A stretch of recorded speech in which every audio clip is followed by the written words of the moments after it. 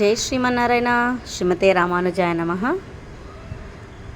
మనకి శ్రీమద్ భాగవతంలో శ్రీశుకుల వారు పరీక్షిత్ మహారాజుకి ఇలా చెబుతున్నారన్నమాట. శరీరానికి అంటే మనిషికి శరీరాన్ని ఇచ్చింది ఎందుకు, ఆ శరీరానికి ఇంద్రియాలను ఇచ్చింది ఎందుకు, చెవులు ఇచ్చినందుకుగా స్వామి నామ సంకీర్తన వినకపోతే ఆ చెవులు గోడరంధ్రాలతో సమానమట. అలాగే నేత్రాలు ఇచ్చినందుకుగా స్వామిని కాకుండా ఇతరవన్నీ సేవిస్తుంటే గనక అది నెమలి కన్ను. నెమలి కన్నుకి చూపు ఉంటుందా? ఉండదు కదా. అలా నెమలి కంటితో సమానమట. అలానే చేతులు, మనకి చేతులు ఇచ్చింది ఎందుకు?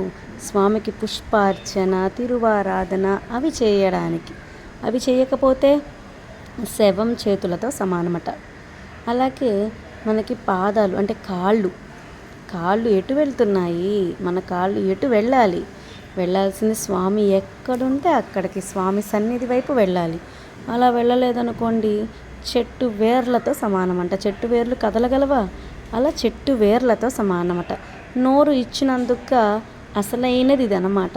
నోరు ఇచ్చినందుకుగా నామ సంకీర్తన కాకుండా వేరే విషయాలు, అక్కర్లేని విషయాలు ఇలాంటివి మాట్లాడడానికి ఉపయోగిస్తే కప్ప నోటితో సమానమంట. కప్ప ఎలా అయితే బెక్క అంటుందో అలా.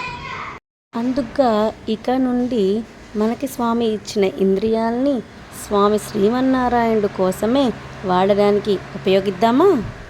అది ఏం రామానుజదాసి.